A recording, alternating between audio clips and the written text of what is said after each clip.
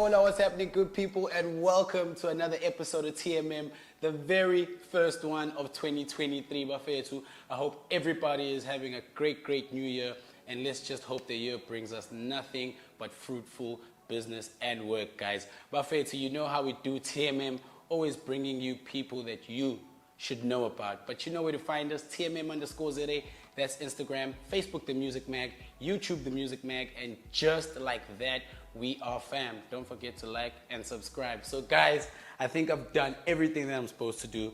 And if I haven't, please bear with me. Just come back from holiday. But guys, today I've got a very special guest, a very distinguished guest. Super proud and privileged to be sitting and speaking to this man. Ladies and gentlemen, I want to introduce to you Mr. Emmanuel. Sir, how are you doing? I'm very well, Benson. How are you? I'm super good. Thank you so much for coming and spending some time with us, you know, having a bit of a word with the youth. You know, there's a lot we need to figure out and find out, and I think a guest like you is going to open up a lot of eyes and let a lot of the youth see what the vision is and what a journey is like, you know. So I'm super pleased to have you here, sir. Thank you. Yeah, I think with a lot of the people that are going to be watching this episode, they're going to ask themselves who you are, who is Mr.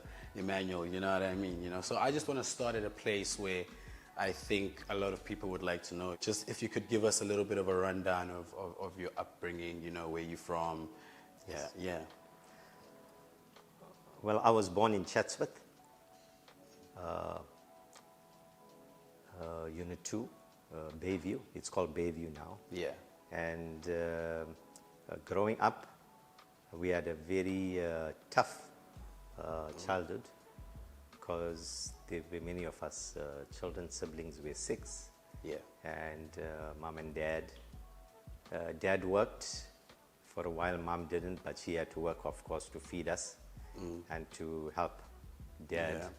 Yeah. And our upbringing was in the church, so we were taught to be very grounded and you know, love God, because everything that we are and we are about is the evidence of our God. Yeah, definitely. So growing up, I was at school, Fairhaven Primary School, and then from there we went into high school, which is Procha High.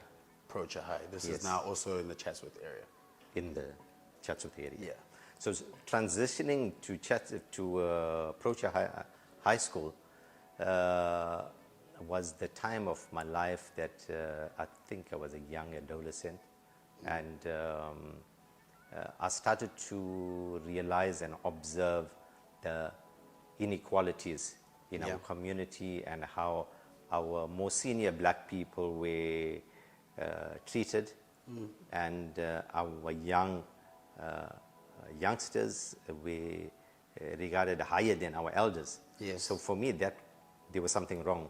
And when I investigated, then I found out that, listen, that the inequalities in life should be, we are a human race. Yeah. So there should be no race, color, or creed.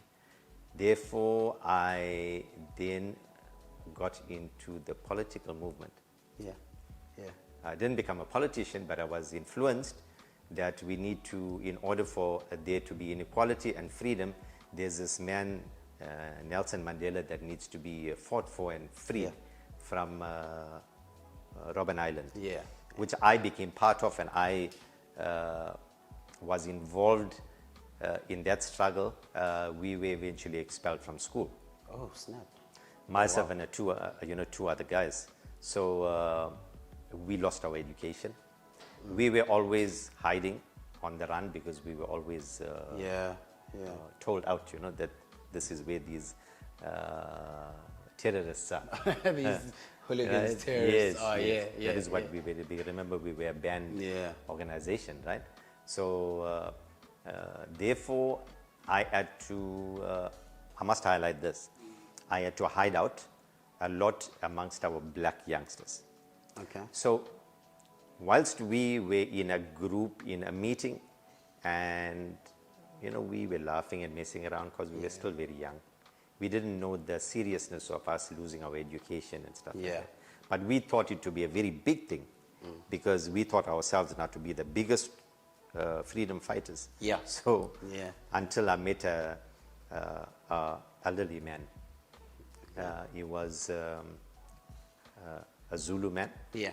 And he called us and he asked me, what are you guys busy with, laughing and joking? So we said, sir, you know what, we just lost our education. We now expelled from school, not to be accepted in any government institution. Yeah. And this is the story, this is our struggle. He says, but the man that you're fighting for to be free has turned Robben Island into his university. What's wrong with you? You are not locked up, you are free. So he asked me a very important question that changed my life. He asked me, did they also kick you out of the libraries? Sure. That's a life-changing kind of question in that scenario, I'd guess. Hey? He wiped the smile out of my face. And I looked at him and I said, so what are you saying? He says, go and educate yourself. Yeah. Reading will educate you. From there, I never stopped. I got into the libraries, never looked for girls like the normal guys, girls and boys. I went into the libraries to read. Yeah. I read medical books, legal books, right? And I eventually stumbled on inspirational books. Yeah. I read the Dale Carnegie books, How to Win Friends and Influence People. Oh, okay. Then I also further stumbled upon a book that is called TNT, The Power Within You. TNT, The Power. TNT, The Power, Within You. Okay. I'd like for youngsters to find this book. You will not find it in the libraries, though. You go online, find it. TNT, The Power Within You. Start reading that book and start practicing those things, right? Because I believe that nobody outside you can define you except you yourself. Yeah, definitely. Most definitely. Nobody outside you can free you except you yourself. And whatever you say about yourself, you are right. Yeah, definitely. So I grew up like that. If I have to give you my whole story, it'll take like days. Yeah. Which I can see, I don't think I'd do that. I want to rather have you ask me stuff that I can inspire the youngsters and the youth. Because, I must say thank you for coming through and speaking to me, because we appreciate you. I never thought, and I never knew up until now, that you guys focus on the youngsters, the youth. Yeah. So, I think the youth are the greatest asset that we are missing out on. We're missing out on developing and investing in the youth, because suddenly youth become a liability rather than an asset. Yes. But if we look at the future, they are our future leaders. Those that are leading now, our president, he's from the youth. You understand? Yeah. So therefore, if we don't empower the youth and teach them and share, and that is what we are about. I'd like to think myself, my sons, we are about building, especially young, black, African, because that's where the need is, to build and to develop businessmen and share. So that if we can empower, we can, in our lifetime, we can try to somewhat create a little bit of equality. And those that we inspire can inspire others. And it goes a long way. It goes a long way in the future, because as well, like what you've just mentioned now about like the inequalities and missing out on actually like building the youth, But you've also said something there that we're missing out. What are the dangers of a country like South Africa in the state that it's in, missing out on developing the youth, and what's the impact from where you're sitting? What would the impact be if we carry on not investing in the youth? In my opinion, I think if we miss out on investing in the youth, there is going to come a time that is going to come to bite us back. Because in many countries, we've seen the uprising of youth that got to a point where they realized that they were not being invested in, and they were, they were not pulled into leadership roles to look at the youngsters and to develop and to build up the youngsters. So therefore what happens in this case, people start to talk. I think in South Africa we've got very nice youth, although it might be looked upon like, we are violent. Yes, there's a lot of crime and there's a lot of, all that going on. But I think majority of our youth are very nice. Yeah. Too nice to the point of that they can be suppressed. Yeah. They can be disregarded. Yeah. So I'm saying to us as senior and leaders, Yes. we got to be careful of what we do. We got to be careful, because when that youth starts to rise up, he needs to feed himself and feed his family. Then he turns to crime for the wrong reasons because of the unemployment and all that we're not doing because we have a selfish motive where we just look to us and ourselves. Yes. Yes. Then we make a mistake, because then it's going to go wrong. If we want to build economy and we want to build our country, we've got the most beautiful country, we've got the most beautiful people, diverse. Yes, very diverse country. So I think we need to now stand up. The youth needs to really start to make a good noise, because what we as the senior leadership back in our day, we were taught that if you want something, go and fight for it. Yes. Yes. Go and cause havoc, use violence, protest. That is what was the old method of fighting. Now, what our youth need to realize is we need to sit down now and say, these seniors and old people want us to fight the fight like they fought, which is not working, because what's happening is we are damaging our own roads that we need to use. They are causing us to damage our own schools, which our children need to use in our community, damage our own shops, that we need near for the convenience of our people so that we can go shop. They're causing us to fight the fight that they fought for freedom and for equality. That has been done. So don't fight the fight like they did, that they did, and like they want us youth to fight. Stop damaging stuff. Let us really grab this and understand. So now, what is the fight about now? At this, what is the fight evolved to be?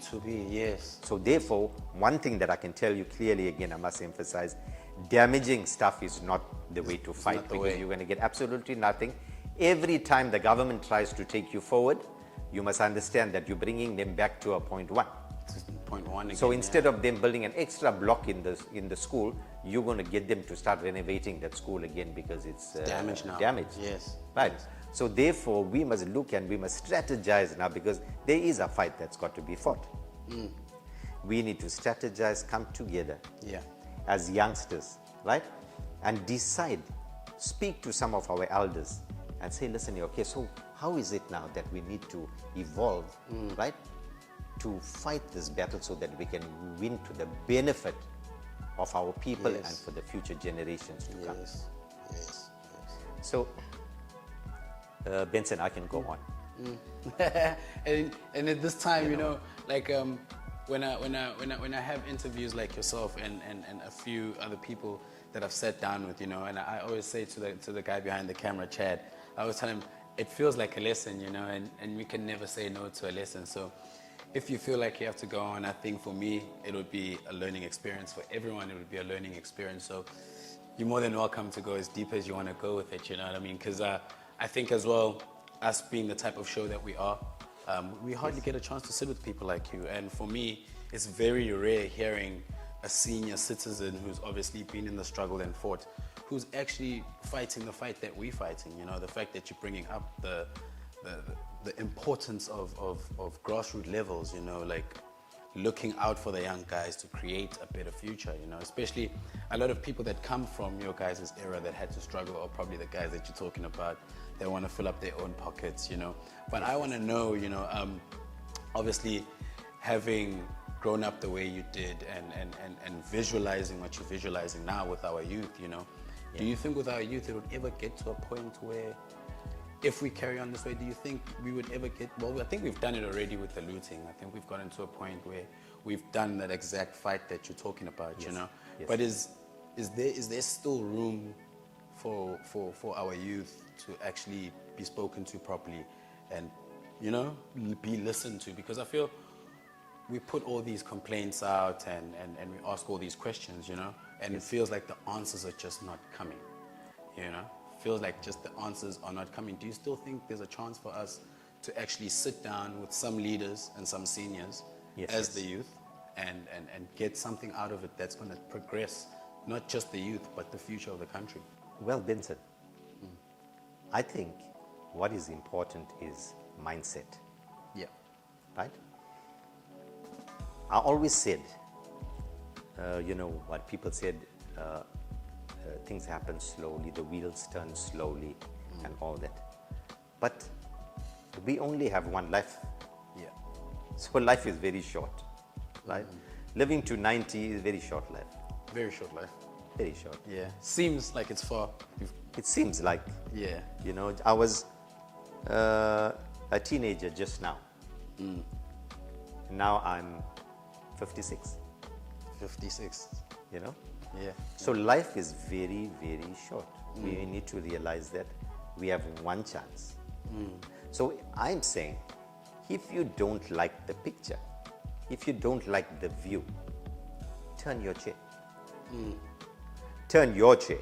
Yes. You don't turn somebody else's chair and think that it's going to change your picture or your view. So what that shows you is mindset is so important. You can't be, and you don't have to be, a normal thinker. Yeah. You have to be different. You have to want to be different. All the great men were different. Yes, definitely. I went to a meeting where our former president was Jacob Zuma, and you know, there were some things that he spoke about was very, very important. Yeah. And when he was in the leadership role, he introduced free education. Yes.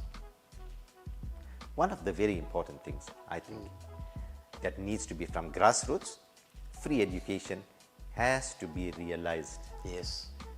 very, very quickly, so that you find our youngsters are hungry, especially our black African youngsters are so hungry for education. They know that this is the key. They've been told that this is the key. And they want to be something and make good living and be comfortable on this earth. They want their families to be comfortable. You understand? And I always look at it and I say, listen, for what is happening now, and we've gone 20 odd years past the apartheid era, right? And then if we look at it and if we say, then our black African people, why I'm mentioning black African people, I don't know, sometimes people misunderstand. I've been told, listen, yeah, black is not necessarily African and African is not, because I'm an African, because I'm in Africa. True. Then even the Chinese are regarded as black, so I don't know what black is anymore. So, I'm just trying to say where the need is, and we must realize where the need is. That is where we must help and we must focus on. So, what I think that needs to be done, the solution to this problem, right, is that wealth lies in in a very small percentage, right, of hands. What we need to do, that small percentage, we need to open up our minds and open up the opportunity to build youngsters, right? To build people up so that it reduces, because our children and the next generation is going to suffer the consequences of crime. But if we build and develop and everybody becomes self-sustainable, Yes. where their families can enjoy some sort of comfort in life, then you must know we'll be having the most beautiful country that we live in. Yes. Our country is beautiful, right? Just that circumstances and situations have caused us to come into a point where crime rate is high, and Yes. people have a don't care attitude and stuff like that. Some people have thought and discovered that crime is easier than working. Yes, yes. We have then introduced all that to our youngsters because of the lack of employment, Yes. the lack of opportunity, And the Right? greed. and, whew, And the yeah, greed. and the greed. Can't leave the greed out. You can't leave the greed out. Can't leave the greed Yeah, out, yeah. right? So sometimes I think we've come to a point of we leadership, we must realize, I no more believe in party politics. Party politics, politics, yeah. Party politics, I think we've gone past that now. Party politics, which, party rules and stuff like Yeah. that. I think now we need to have leadership on merit, Yes. Yes. chosen by the people, Chosen by and the held people. accountable by the people. People, yeah. Right? And youngsters need to play a major role in there, because you as a youngster, you know what is needed. You can't wait to develop and grow old and then try to figure out what is needed, because that generation would have evolved. Yeah. Already. Yeah. Yes. So we must have youngsters in leadership roles. We must have, instead of us doing corruption, let us take all those monies and invest it in youngsters and give them opportunity. Yeah. If there are youngsters that spark up and build up big businesses, then employment will be created. Yes. For sure. So we'll build the economy like that. Most of all, I think, in my personal opinion, let us stop destroying what is ours. What belongs to us. Yeah. That schools, the roads, shops, government buildings, all that belong to us. It don't belong to any individual. It belongs to the people. Let us not fight the fight where they make us believe that we have to destroy stuff, Yes. right? So that we can get what we want. Never works. It never worked before. It will never work now. It will never work in the future. We need to know how to fight a fight. And when a fighter goes into a ring, he never goes into a ring with losing in mind. Yeah. Never. Always So as gotta a have youth, that winning mentality. winning mentality, you prepare yourself. Nobody's lucky in life. Yeah. When preparation meets opportunity, that equals to good luck. Good luck. Yeah. You know what I'm saying? Yeah. So therefore, when one goes into a ring, he knows that he's going into the ring to be the winner. And that must be our mentality in life. Yeah. When we growing up, we need to be different. We need to think differently. Yeah. Don't be the normal stuff. I never chose to be normal. Yeah. Yeah. The guys that went into drug addictions, the guys went into alcohol and gambling and all that. I chose not to do that, because where I come from was poverty. Yeah. I needed to change the generation. Yes. I was taught that to be poor is normal. And to be poor is closer to God. No, It's not true. I was told all the wrong things. We need to have everything. Yes. Remember, we own the world. Forget about South Africa. We are citizens of the world. Of the world. Yes. Yes. Right? And I think like that's something we also kind of like forget, is that we are actually citizens. This is our world. You know, it Absolutely. doesn't belong to anyone else but us. So it's up to us Yeah. to look after it. You know. But I wanna get a little bit more into, obviously, you growing up and fighting the struggle. You know. And I think this is a question that I feel like very few people ask, you know, from people like yourself who've been through the struggles and been through the times, you know. What are the side effects of coming out of something like that, you know, like you said, coming from not the greatest background, you know, and then having to lose your education, and then from there having to build a legacy, and what are the side effects? What are the things that could have kind of like set the course in a different motion? You know, like what are the side effects of coming from that from that time and having to fight all those struggles? Well, you know, as you're moving along, you start to come to certain points where, you know, teachers told me that I will amount to nothing. Teachers told me that I would either be locked up, or I would, you know, be killed. I will end up dead. Yeah. And sometimes we allow ourselves to be defined by that. Yeah. So somewhere in life, sometimes you know, you get to a low point, and then you think, oh, maybe they were right. Maybe they were right, yeah. Maybe they were right. Then, if you have good leadership, I had a brilliant father. He passed on when I was 13, and in the short time, he gave me quality of wisdom. He taught me persistence. Yes. He taught me a repetition, right? And he says, repetition will always create an impression. So, one day, that's a gem right there. yeah, That's a gem right there. I'm sorry. That is a gem right there. I'm definitely taking that in. I'm definitely sorry to interrupt you, but that hit home. That hit home, definitely. Yeah. So my dad, a quick story, I must tell you. One day he used to come home from work, and then he walked around the house to see if there were any papers and stuff like that. We had no walls, we had a single cottage house. And he always walked around the house to see that the taps were closed properly and stuff. Yeah. So when he walked to the back of the house, and then one of our taps there had a leak. It was dripping, and he tried to close it and realized that the washer might have had a problem.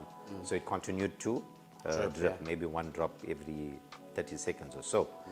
And then he said to me, you know what, son, go there and pick that big smooth stone.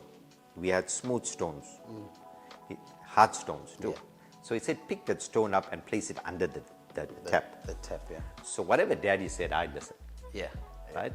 Because my dad and his sister played me in life big time. They made me believe that I was the biggest thing, and they always told me, you are just like your grandfather. You've got anything that you touch will grow and turn to gold. All that. But they got me to do the hard work. Yeah. So what he said to me is, pick that stone up and place it under the step, please, because it's dripping. So I just went and I just did that. After I came into the house with him, and I'm thinking to myself, so why did dad make me to take the smooth stone, place it under the step? How is it going to resolve the dripping? How is it going to solve the dripping problem? You know? And then after a month, I forgot about it. After a month sitting in the house and having a meal with him, he said to me, son, I want you to go back outside and go and check that stone and see if there was anything done to it. Okay. So I got up, I left my food aside, I got up and I walked outside to see, you know, what happened. When I go there and I check the stone, I see it created an impression, it created a dent, just a drip, one drop every 30 seconds. About 30 seconds. Yeah. Created an impression in that hard stone. And then when I came back, I was very excited, and I said, Daddy, this is what happened. He said, if you leave that long enough, that water will break through that stone. He says, that is what the lesson is. Repetition will always create an impression. So don't get fed up of repeating yourself. Don't get fed up of trying to do the same thing. Thing, because you're going to get somewhere. He says, when you look at a huge mountain, right? And if you want a picture in it, all you got to do is to remove what doesn't need to be there. Don't try to put what needs, because everything is that is supposed to be there is there. Just remove what's not supposed to be there, and then you'll get the impression. So those were lessons that my dad taught me, that encouraged me and enabled me to then strive and to look for better and think and believe in myself, and said, I can be anything that I wanted to be. I can do anything that I want to do. Then I started to believe that. And, you know, going forward, that's exactly what I eventually set out to do. I never worked for anybody in my life. Wow. Right? Like never? Never. Like never, ever. I never. That's I amazing. helped people. Yes. Yes, I helped people set up, some businesses and stuff like that. I became very good at production planning. Yes. It was just a logical thing to me. And yes, I did help, but I never worked for anybody in my life.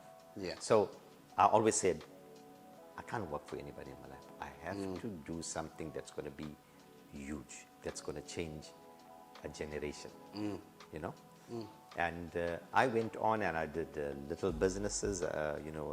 Friends introduced me to doing built-in units for sink units and stuff like that. We started there. Then we started to do welding. I learned welding, and we did burglar bars and gates and stuff like that. Eventually, I did panel beating, and along the way, I did plenty of businesses. Yes. I employed people, and moving from one thing to the other. When that got, that wasn't so good, and then I moved on to other businesses. Eventually, I landed into screen printing. Screen printing, wow. Yes, screen printing. From installing units to screen printing. To screen printing. I never worked for any screen printer. I watched. Yeah. So that's another thing that Daddy taught me. He says, do not lie, do not steal. But if ever you want to steal, steal with your eyes. So I watched people and I learned. I said, you know what? This thing is simple. This thing is simple. And I went on without any money. Yeah. I got people to assist me and help me. Yeah. Set up screen printing businesses that employed 50 staff. Yeah. Worked day and night shift. And produced amazing stuff. Yeah. So, therefore, my thing to youngsters is, you can do anything that you want to do. Yeah. You can be anything that you wish to be. Yeah. You And know? it's not a joke when people ahead of you tell you that you're elders, because I think that's another thing we hear that so much, and you start being like, but I've been trying. Yes. I've been doing it. Youngsters think he must have had something, or he must have won the lotto, or he must have got an inheritance. Yes. No. From zero, no money, no backup, no support, because those around me were just as poor as I was. I was actually the poorest of the poor. So I had to build something out of nothing. Nothing, yeah. And it is very possible. Very possible. If you've got a great idea, and if you have a drive, and if you serve well, that is the key to being successful. Yeah. I hope you're listening. I hope you're listening. It is a lesson, So you've given us so much already, in just the early phases of the show. But I obviously had a chance to look at some of the stuff that you've done. But something that definitely caught my eye was the COA, right? That's right. The Churches of Africa. That's right. That movement. I had some words with your son earlier, about how big you guys are into the church thing, So can you just give us a little bit of a rundown on the Churches of Africa group and just the whole ideology behind that? Okay. Benson, there was a time that I moved my family to Pretoria to move house, to assist my sister and brother-in-law. They were doing low-cost housing. Yeah. So I went up there to help them and assist them, and to, of course, move my family for a better life. But whilst I was there, I also believed in God. And I still do really believe God is my everything, my center. Whether people believe this or not, I must tell you that in whichever way you believe, God is not a God of religion. God is God. Right? There is no God of any race, particular race or particular religion. Yeah. Right? God is a spirit, and God is a good spirit. God is a spirit of empowerment. So that's what we must understand. Yeah. That then God dwells in us because He made us in His image, and therefore we have to be the evidence. He has invested all power. He's given us all power and dominion Yeah. to rule over. Can you imagine? We need to understand that. Yeah, that's He's given pretty us, deep. Yeah. God has given us all power and all dominion Yeah. to rule over everything. So, therefore, I must emphasize on that because remember, with God, all things are possible. Yeah. So, moving there to Pretoria, then I realize now that this is serious now. I'm looking for a flat there and looking to a house, my family. And one night I prayed and I said, Lord, you know what? I'm very, not sure about whether I should be here in Pretoria, whether I should be in Durban. I'm very much involved in the church and stuff. And, what should I be doing? Give me some sort of confirmation in my spirit because I know that you're in me and you dwell in me. Yes. So give me some sort of confirmation as to what should I be doing. Should I be here building this up? Because when I start something, it must continue. Yes. And I went to bed that night and I had a dream. I had a dream that I was speaking to people about funeral insurance. Okay. Yeah. I don't know why that stuck in my mind because I think sometime back my uncle passed and then we had an issue with the undertakers and stuff like that. I don't know whether that was in my subconscious or whatever, but now this is what I'm doing in my dream. Yeah. Yeah. I got up in the morning, a changed human being. Yeah. My mind, refreshed. I asked my nephew there, I said, please do me a favor, give me a page. I need a page. What's happening? He said, give me a page. My brother-in-law looked at me and said, there's something about you. What's going on? I said, well, I'm going to show you guys just now. Let me just see if I can put things on paper. Yeah. Yeah. And see what it is about. Then I found out, hey, this is just a number game. Yeah. If I'm doing this, it's a number game. I got to come up with something.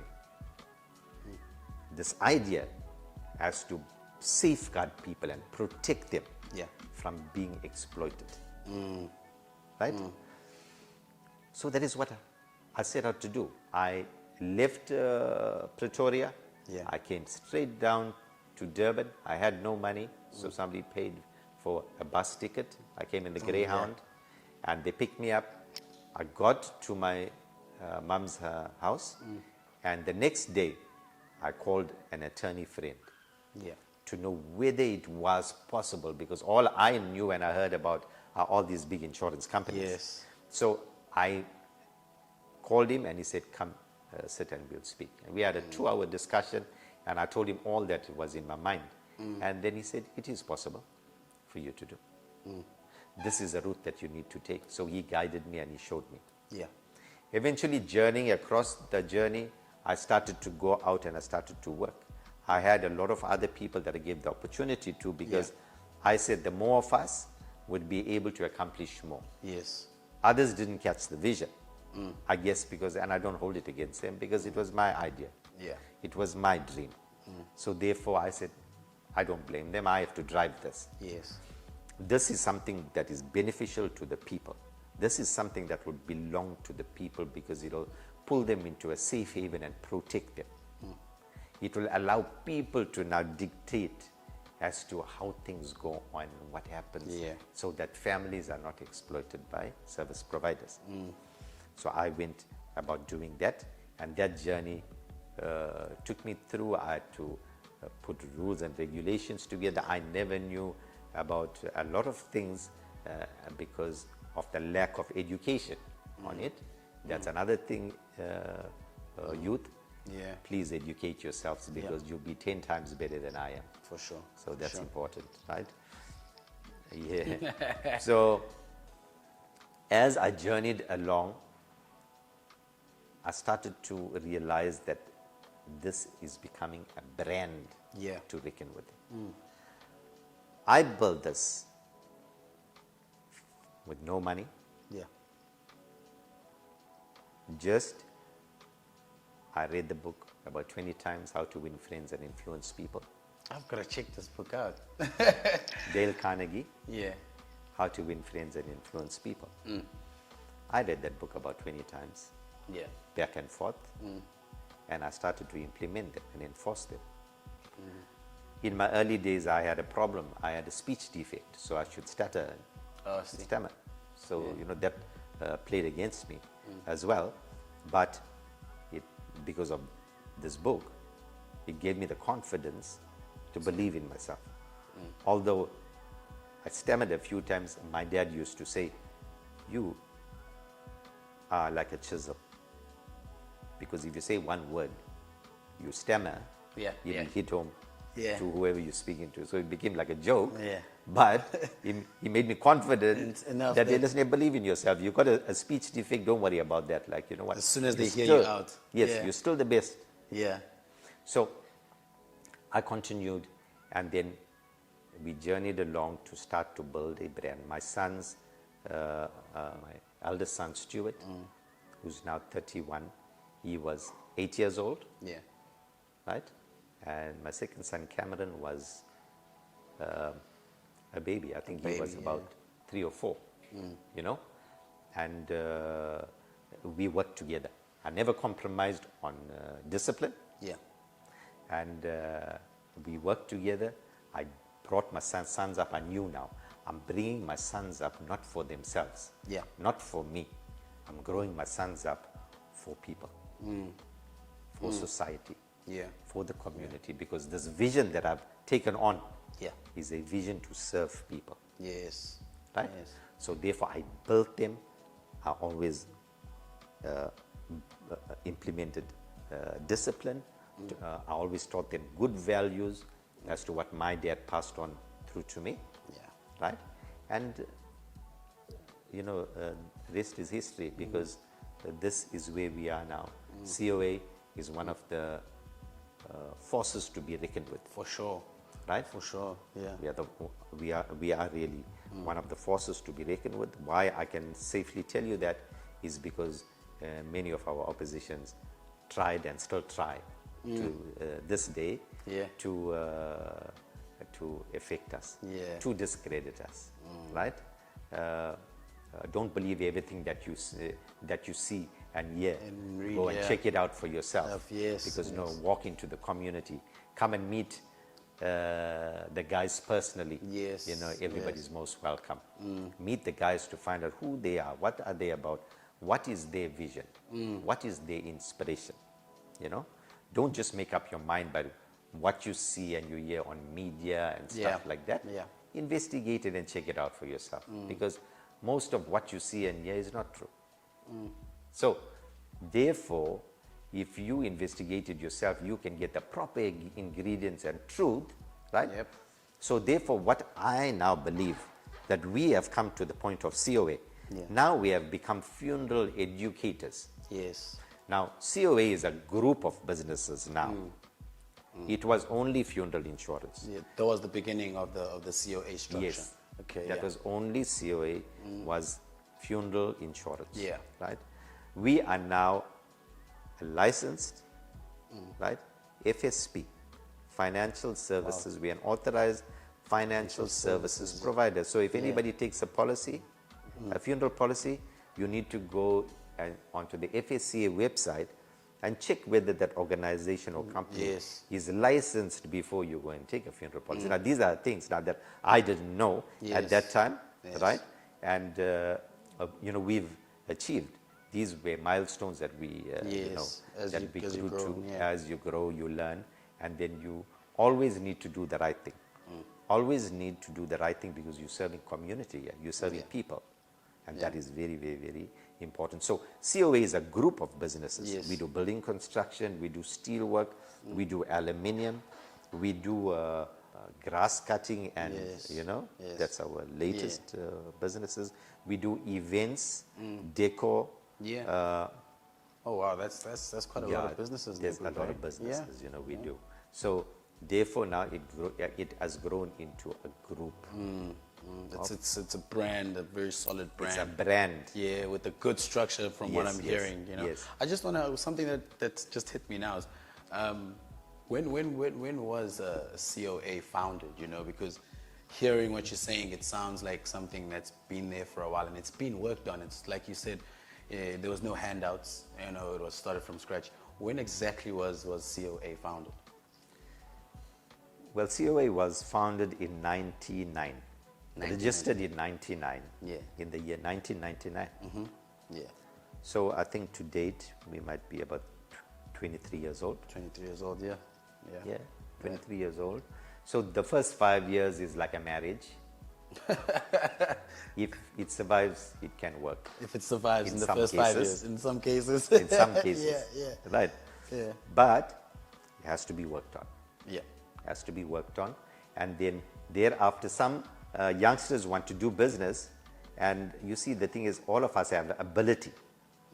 What we need to learn how to be, if you want to do business, is learn how to be a businessman or a businesswoman. Because the business, you must separate the business from yourself. Okay. Because we tend to believe that if we make 100 rand, hey, we've made $100. So that 100 rand belongs to me, and you go and brag to people, oh, I'm a businessman, I made $100, and you go spend the 100 rand on yourself. The 100 rand don't belong to you. Belongs to the business. Because the 100 rand, part of the 100 rand is expenses. Yes. And then a big portion of the 100 rand belongs to the business. You are just the person that's working it, so you must get paid. Yeah. If the business is the more important entity and the more important partner, Yeah. Yeah. right? If you take care of the business well, it can take care of generations to come. So these are things that these are factors that we need to dive into, and we need to discuss, and we need to read up and learn. If you want to do business, so how, what does it take to be a business person?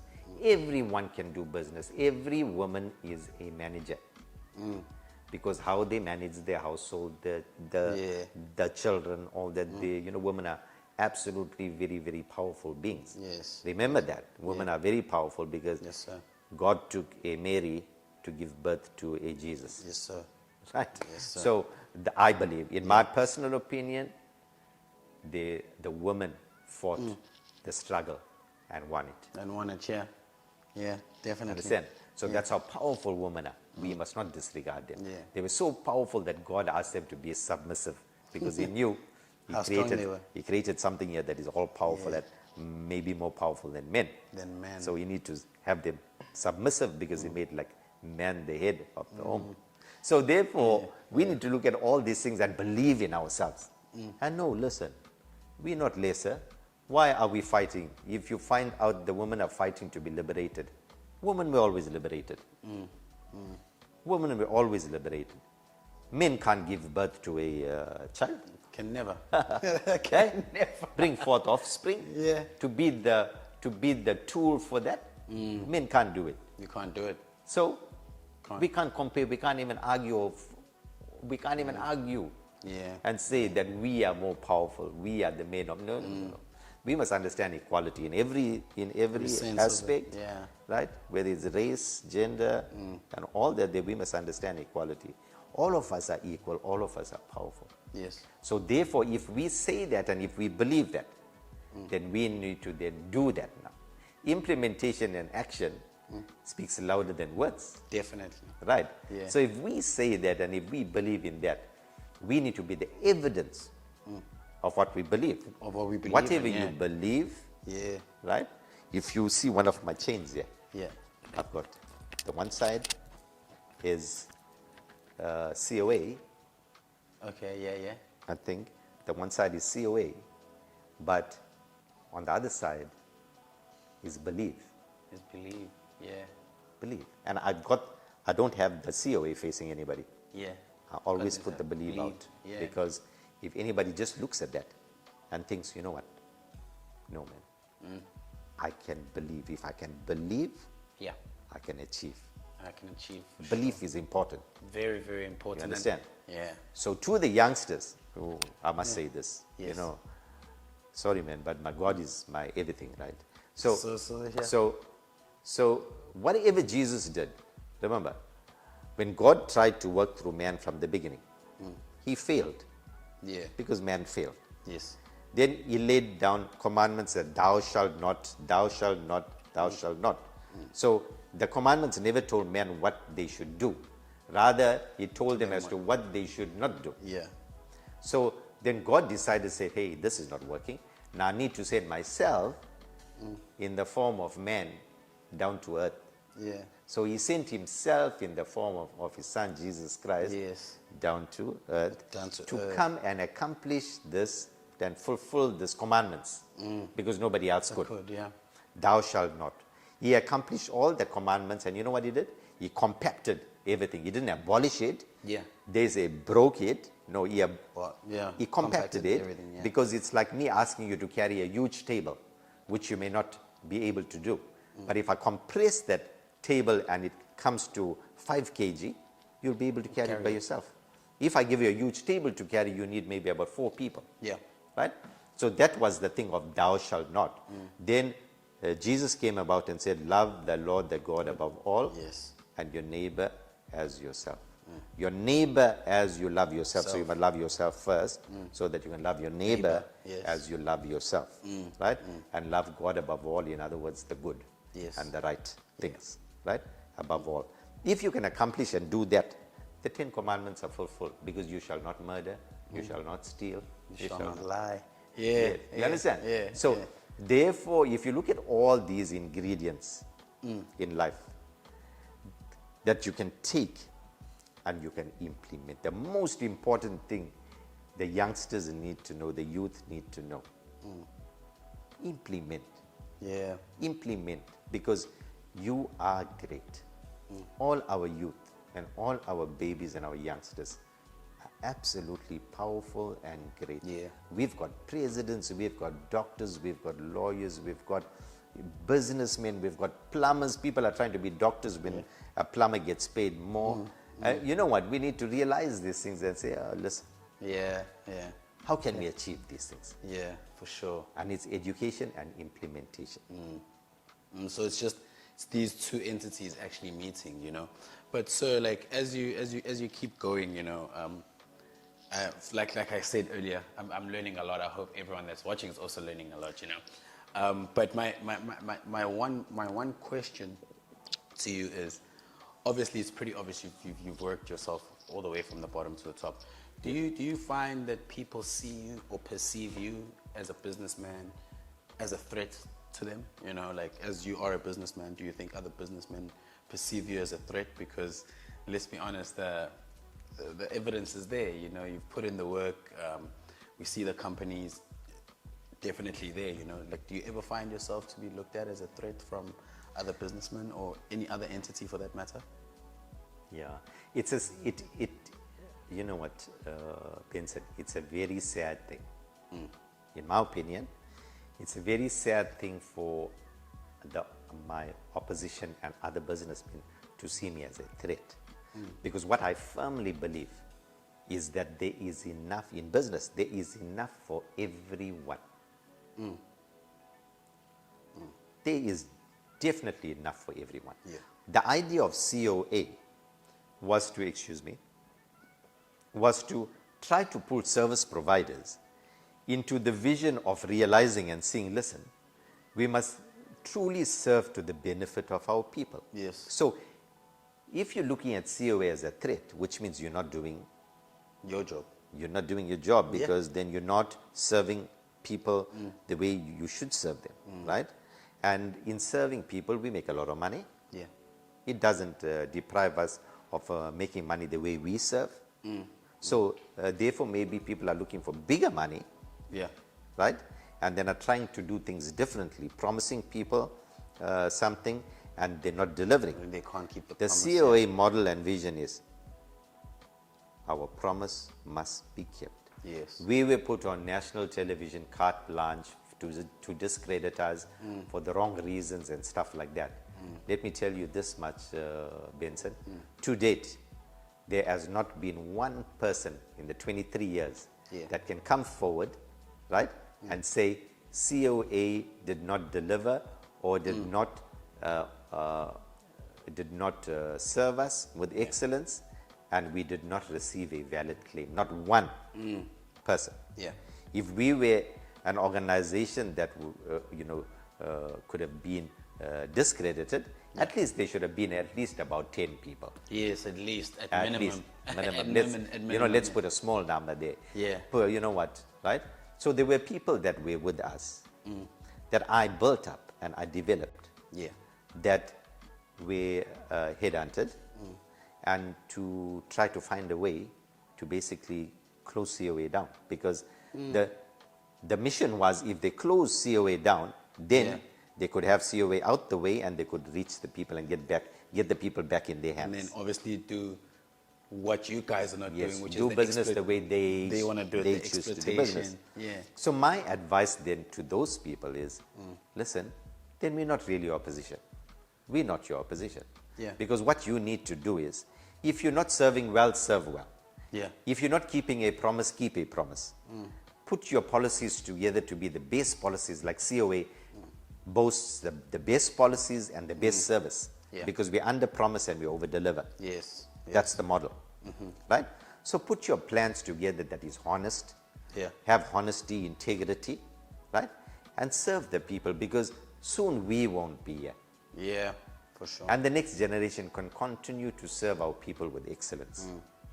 Right? And that's so deep, because like you saying that now, obviously I know you've had like a lot of the challenges, you know, like to think like an entity like carte blanche, you know, could be used as a tool to discredit, first of all, something that puts food on the table for a family, you know, a service that is clearly, the record speaks for itself, a service that is actually, you know, doing what it's supposed to do, you know. It's crazy, but like I think for me, like I just wanna find out from, I don't know, maybe you or your sons, what the future of something that is, because like I say, I feel like COA is such a solid brand now, you know, with just the fact that it went from one business to actually being a whole group, you know. So I don't know, maybe I could hear from you or your sons about the future and the direction that you guys want to take with COA going forward. I don't know, but it's up to you. Yes, yes. I would, you know, very soon pull my sons into this. I would love to pull my sons into this. Okay. For you to hear from them, because they are youth, they are youngsters. They've got the vision in the future. Yeah. They are youngsters. But Benson, with you know, what you asked me is, I must emphasize Yes, sir. that I've got no opposition. Wow. Right?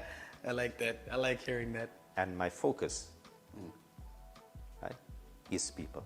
I've called many of the service providers and I said to them, come and sit with me. And let me share with you the model. Yeah. Let me share with you the model of COA, because why? I said, do you really believe that we can be everywhere to serve every person? I said, no, we can't. Let us not fool ourselves, we can't. Yeah. We don't have the means and the facility to. And we don't want to be the only ones to. Yeah. You have got facilities, you've got the means, you can serve well. Yeah.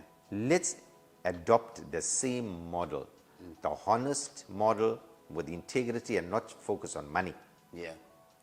Let us focus on serving our people with excellence, right? And then you see, with that we'll accomplish a lot. We create a lot of employment, right? And we'll serve our people and we can work together. I believe that all the service providers, like undertakers, I don't know why in the undertaking business that they fight. I never saw that amongst I never saw that amongst our black brothers. Yes. Yes. I never saw that they're so happy for you and they work with you and stuff like that. I've only experienced that. I've only experienced this amongst our own, I don't want to say Indian, because there's no Indian here in South Africa. They're from people of Indian descent. Yes. Businessmen from Indian descent. Yes. Right? Yes. I've only experienced that and seen that from them. That they think and believe that everything should belong to them, and everything out there, you know what, their business should be the only business. But I'm saying it shouldn't be like that. That was the mistake, and that is the mistake that we made. You know, Benson, I want to ask you something, because you black African, right? Yes, sir. Am I right? Yes, sir. You are Yes, sir. South African, eh? 100% Zulu. Right. Oh, excellent. Yeah. So, I want to ask you a question, Yeah. if I may. For sure. Go So, ahead. in my opinion, now this is, Yeah.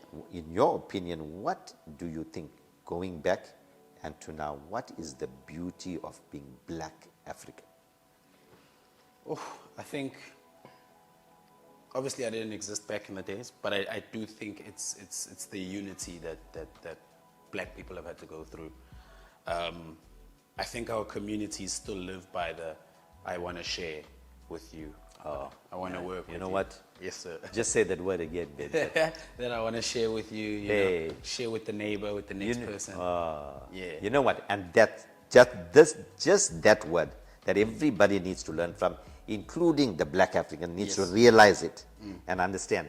Because I've worked in the building construction. I sat and I ate with my fellow workers, Yes, sir. that work together with me and stuff like that. And whenever we sat together, if you were sitting next to a black person, there was no thought of breaking a piece of bread and passing it. I was just saying to my sons, they never looked to see which is bigger.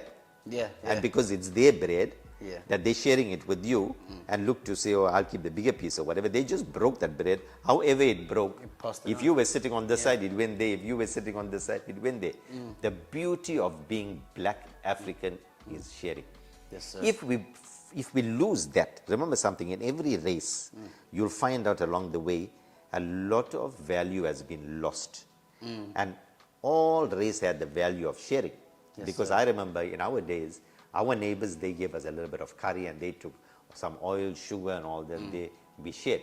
Then suddenly, we became so westernized that we built high walls. High walls, yeah. High walls, and nobody asked for anything. Yeah, yeah. Right? And therefore, if our black youngsters look and try to become too westernized, We're going to lose something No, that man. actually is ours. we must understand, being black African is unique, right? Yeah. Is the best thing. Yes, sir. We must remain just that. We must just develop ourselves, empower ourselves. That is what it is. Yes. We must be truly black African. Yeah. We must love who we are. And right? not lose ourselves. We can't lose ourselves because yeah. you know what? I always say to my sons, maybe I'm more black than anything else. Yeah, yeah, for You know sure. what? For I sure. love to be. Because of that beauty, See, the beauty of of- sharing. yeah, yeah. Because that's what I learned to do. I learned to share. And therefore, when I looked at that always, and I just said to myself, sure. So that guy is having half a stomach of food. I always said that to myself. yeah. He's having half a stomach of food because if he brought that quarter loaf of bread, he was going to be able to Yeah, eat he that was whole going to be thing. full. He was going to be okay. He was going to be able to eat that whole thing. But because his fellow man doesn't have that Yeah. spirit of sharing, Yes. so what we need to do in life, we need to share our wisdom, our knowledge, and all that. We need to fight for those things. Yeah. So the struggle needs to go another route, Yes. right? Yes. And all those that have the knowledge and everything, nobody's asking you to go take your houses and go take your Yeah. cars and give to Yeah. them. But empower people so that they could get theirs as well. Yes. What belongs to them. Then in that essence, if you believe my good friend Julius Malema, Yeah.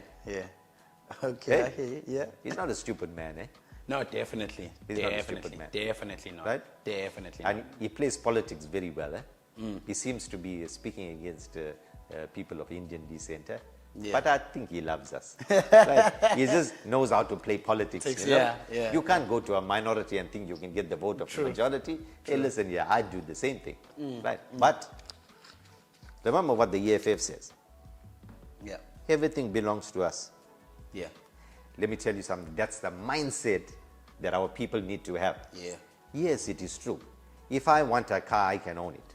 If I want to be a successful businessman, I can do it. I can do it, If yeah. I got a job sweeping the road, I must be able to turn back and look at what I've swept and admire that. Yeah. And say, I'm the best sweeper there is. Yes. You understand? Yeah. So this is the kind of mindset that we need to develop in our youngsters, and we need to have, listen, everything is there for the owning. This earth is ours. Right? So therefore, there is nothing that we can't accomplish and achieve. Yeah, yeah, definitely. So, Definitely. yeah, so in saying that, I don't know whether it's okay with you, Vincent, that we can maybe bring my sons in. Yes, for sure, for sure. I definitely want to speak to the homies. Bring my sons in, and quickly I must tell you, I'm out of, right? I've taken myself now out of the running of the COA. Yes. Legally, I'm totally fully out. Okay. All that has been handed over to my sons. To your two younger sons, yes. Right. I've got two biological sons. I don't believe in biological. Yeah. I don't believe there are Indian sons and all that. I I've got agree. a lot of sons. I agree, because someone that is not your biological son actually called you dad right in front of me today. Right. You know, Right. so I know that is for sure, and it's spot on. You know, And I love him. I love him. you know, like I think a lot of us kind of are gonna learn as we go the importance of being a genuine human being. You know, Yes.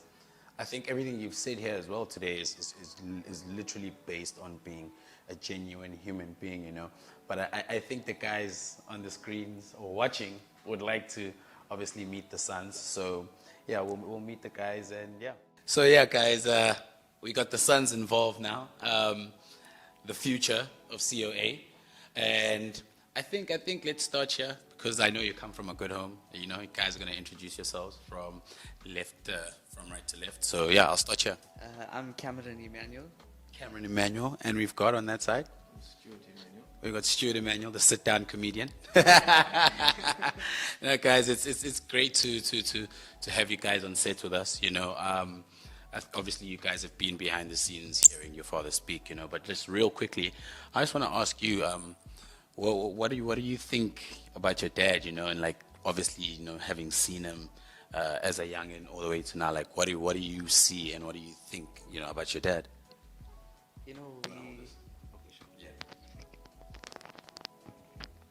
You know, we've been grown up by a dad from a young age, always looking up to him, and not just in business, but looking at life and how to live life, and you know, how to do different things and not just be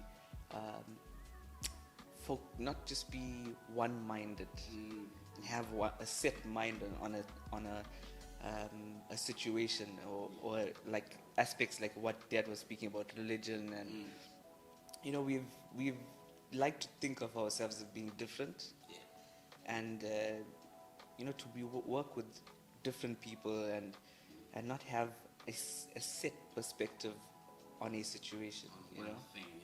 In terms of business, we've learned from Dad, like business, if you want to be a good businessman, don't do business, do relationship, and build relationship with people, and that will build your business. So, you know, those little things that we've learned from him really impacted us, and yeah, I think Stu would know more because he's obviously older, and he's worked with Dad in every business. So I choose which ones I want to work. Stuart works in it. Whatever Dad says, Stuart will go for it. So I think he can explain more on his side. Yeah, for sure. Stuart, Stuart, like, obviously on your side of things, being the older brother, you know, having worked. I look the younger. You look the younger. You're the more mature. Okay.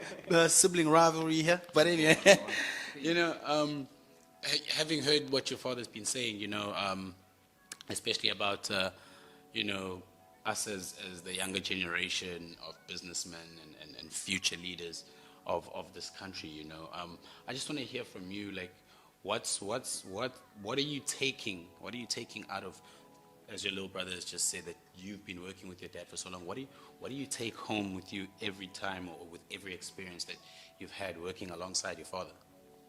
Well, we've come a long way. Do you want to just... I have to hold the mic. Yeah. You're going to put me on a green screen and illuminate the mic. I'll make it happen. I'll make it happen. Well, where were we again? Like the experiences you generally take from working with your father. Well, I've been a young businessman, so I've been doing this from 9 years old. I think my life really turned around at 9 years old. Yeah. I worked really closely with Dad through all adventures and all ventures that we were doing, whether it be our core business being funeral insurance and funeral undertaking, but together with anything that we put our mind to.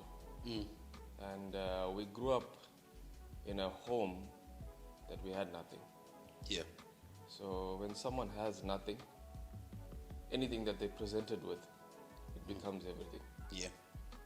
And we need to appreciate the journey and the ride that we were on and we're still on. Because as my brother says, we build relationships. It's all about networking.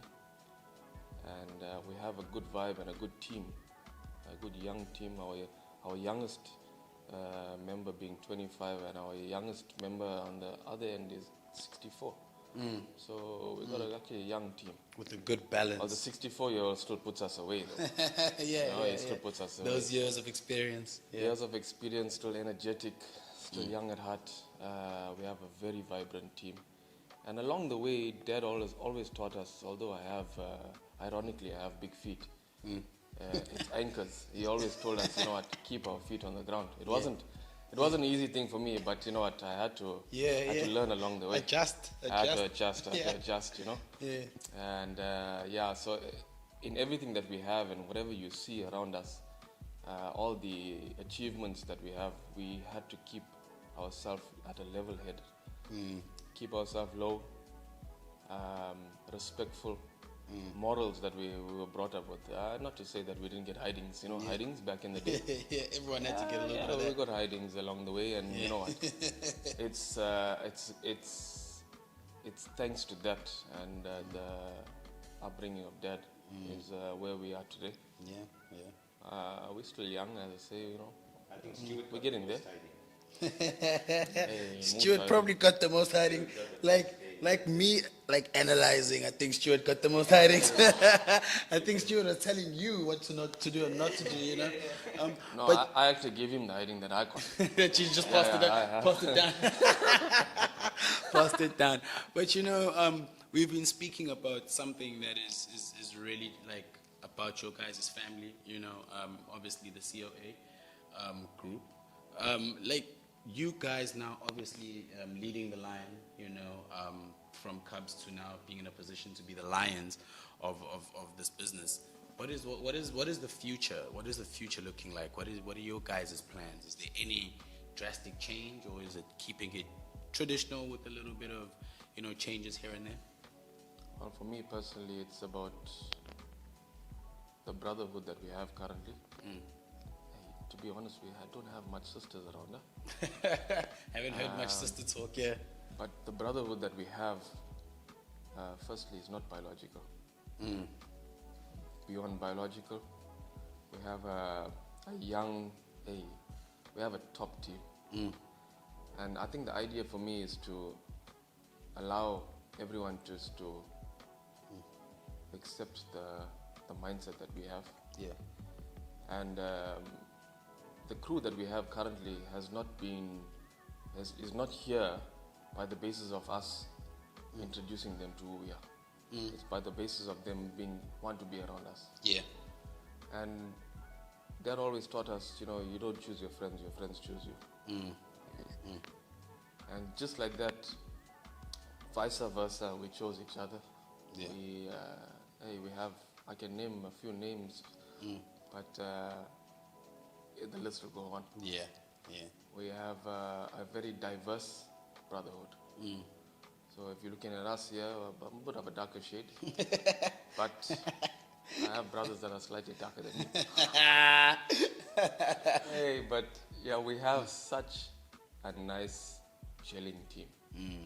The mindset for this 2023 till 2025 Yeah. is a retirement for us as a young brotherhood. Retiring young. We don't want to retire at 60. The new retirement age is 35. The new retirement age is 35. So plan 35, guys. early. Plan early. You got to work hard.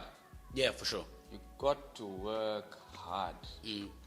I mean, it's times that we sit around and we work around the clock. Yeah. So working hard, earlier retirement, and early retirement doesn't mean the business that we're in debt. I'm just talking about living life. Yes. And like, well, obviously with your brother saying all that he said, with you, and obviously being the youngest brother, with going into the business, how do you guys make it work, because I know Stuart is definitely the one, the one with the lines and everything. But like you as a younger brother and working with your older brother on something as obviously as serious as the family business, how do you guys keep it together? Well, how do you guys done it for so long? Because obviously your brother speaks about the brotherhood, but like the technicalities behind that, could you just inform us a little bit more on that? Yeah, I think when it comes to working together, there is fights, there's arguments and stuff like that. You might just see it shortly. There's a lot of disagreements and stuff like that, but those things help us to grow.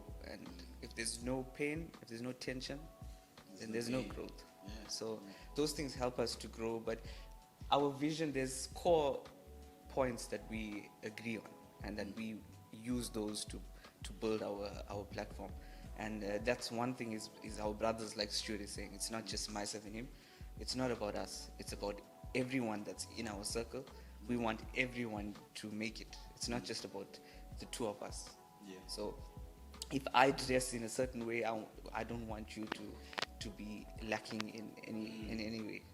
If I have something, it's whatever I have is yours. And within that circle, that's how we build each other. So it's all about being the best and the biggest. Dad always tells us, you know what, we're going to be the biggest and the best. Yeah. He always says that. It was hand in hand. And we definitely are the best. Yeah. It's just about being the biggest at this point. And that's what we're driving towards. And No, definitely. Dad, like having spoken to your sons, having got a little bit from them, I definitely know like that the dynamic of your family is beyond just yourselves, Yes. I think everyone that is watching will definitely take something from this, a family that is not just about themselves. It's always the story we want to hear and listen, But Dad, I think your sons are proud of you, and I think you're proud of your sons. I know the apples haven't fallen far from the tree, but definitely amazing gentlemen. But before we go, I've just got a question for you before we go. Well, it's not a question actually; it's a part of the show that actually started on the previous episode. I'd like to give a shout out to T-Bag. We never really had parting words at the end of a show. So the episode prior, this one, DJ T-Bag, he gave us some parting words, which I think, because our target market is obviously the youth, the younger guys, I think it would be amazing for you to just give us some parting words and going forward for the youth to take home after this interview. Thank you, Vincent. Thank you to this platform. Yes, sir. As well. If it can empower even one person, then I've done well. Yes, sir. I must thank my sons, your biological sons, for adopting and for carrying the vision, because it was very difficult. People don't realize, and these are my two best friends. Yeah. Right. Stuart was my best friend because Cam was a baby at that time, and then he and I did everything together. But I had to discipline this best friend as well. Yeah. That was the difficult. Yeah, the that's difficulty the hardest part, is when now you have to come out of the phase, and I used to always tell him, you all must decide as to whether you want me to be a dad or you want me to be a friend, because I think friend is more powerful. Yeah. But if ever you mess up, then you're going to find the dad popping up. When the dad pops up, then you know you've not done well. Yeah, you understand? Because yes, I don't want to be a dad. The relationship, I believe, when youth, and I say to the elders as well. The greatest relationship even coming from the Bible was friendship. And Jesus even said, you are not my servants, you are my friends. So if friendship was so destructive back in the day, whereby men chose their friends over their families, they sat in corners and they drank and they hung out because their friends were everything. If the family spoke against their friends, their family was in trouble. Families got destroyed because of friends. Yeah. So I realized very early, and I said, if friendship is such a powerful tool and such a great gift, that is the tool that I got to implement in my relationship. Yes. Right? I've got sons, so first of all, I've got to be their best friend. If I'm not their best friend, where are they going to look? Yeah. Elsewhere.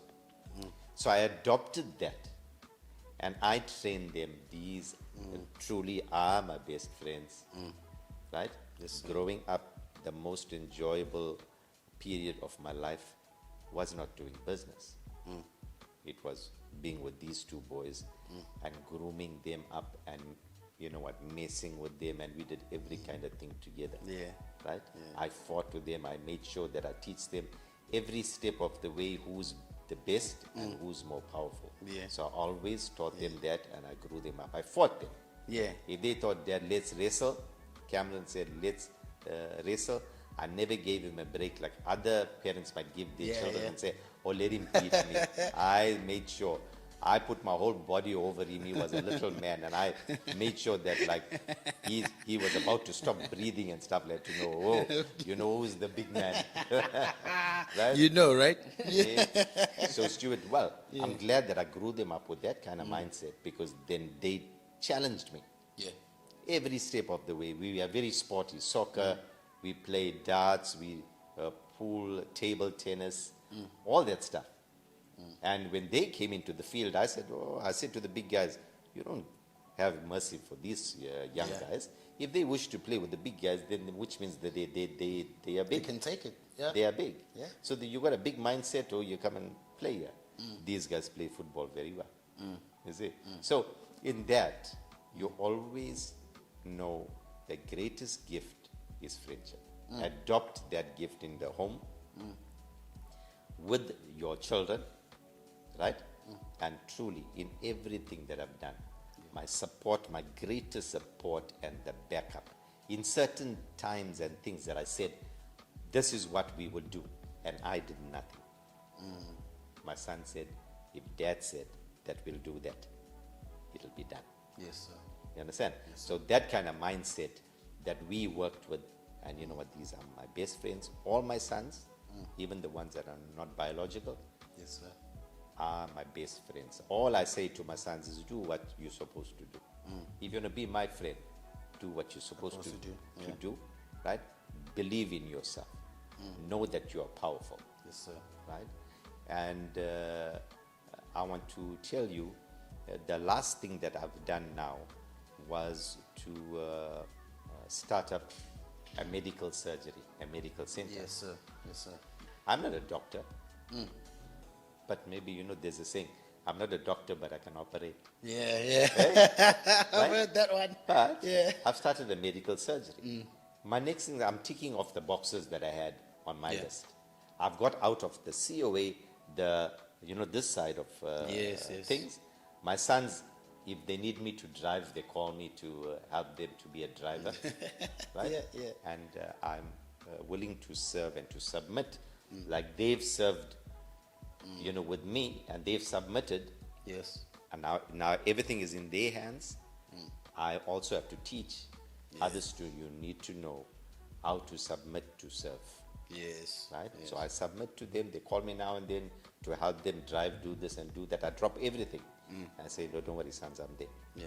I'll do it. Because they're your best friends. They're my best friends, Yes, and sir. we serve together. We serve together. Our promise, the promise that I made, I can't escape it up until death. Yes, sir. And that is to serve my people with excellence.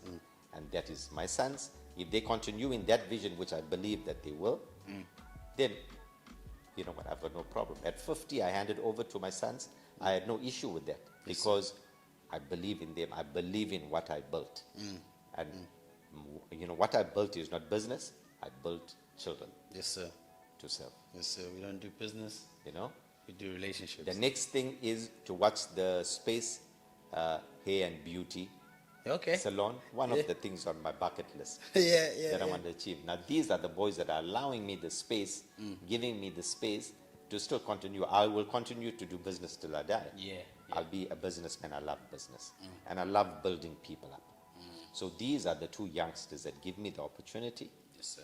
And they are the ones that are my hands in building other youngsters. To the youth, I must say, Yes, sir. and I might be repeating myself, but let's not fight the fight that they want us to fight. And the way they want us to fight it by destroying everything that belongs to us, the youth. Yes, sir. Right? Yes, sir. Let us strategize. Let us start start a revolution. Let us start a revolution. Pull every sector into that revolution. Don't leave yourselves with a particular race or whatever. Pull the people of the same mindset in and start up a revolution, because you are the ones that will be the presidents and the leaders of tomorrow. Yes, sir. So have no doubt. Don't destroy what you would head over. Don't destroy what you would lead. Therefore, I'm saying, if we, the older people, are trying to get you into a trap of fighting the fight like the way we fought, it's the wrong way to fight this fight. Let us get together. Let us talk to each other. Let us on the ground. Let us talk on the ground and re-strategize and fight the fight that has evolved into this time and age, and because we're going to go into the ring to win. We don't want, in this generation we live, we don't want to die a loser. Yeah. We want to accomplish and win. Yes, sir. So thank you very much, sir. Thank you very much, sir, and your beautiful sitting family. Sitting with me and my sons. Yes, sir. Yes, sir. I think everybody that's going to be watching this episode is definitely taking a lot more than just a music interview. Yeah. Watch the space. 2024, Baba, Watch the space. But honestly speaking, sir, to you and your sons and your whole family, and your sons, and your sons that we can't see on camera, we wish you nothing but the best. We are very, very privileged to have had a chance to speak to someone like yourself and who's done everything they've done. In Zulu, there's a saying that says, "Indlela ibuzwa kwabaphambili," which means you kind of need to ask the guys that have done the journey as to how to get there, you know what I mean? So I think that's been one of those episodes today, But for all you people there, make sure TMM_ZA, Instagram, Facebook The Music Mag, YouTube The Music Mag, and just like that, we are fam. But guys, I want to say thank you very much to the Emmanuel family once again, and you guys better learn a lesson, because this was a lesson. This was definitely a lesson. You missed out. Enjoy our local music, guys, and I'll catch you on the next one. Peace.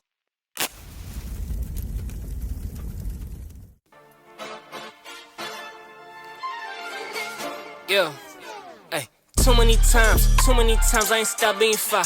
I did not stutter, I'm lyrically hot. Came here to claim my spot. Serving you hot like this shit straight from the pot.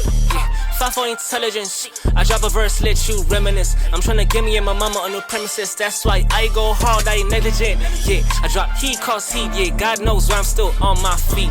I got T's and C's when it comes to up and on my beats. Ain't being discreet.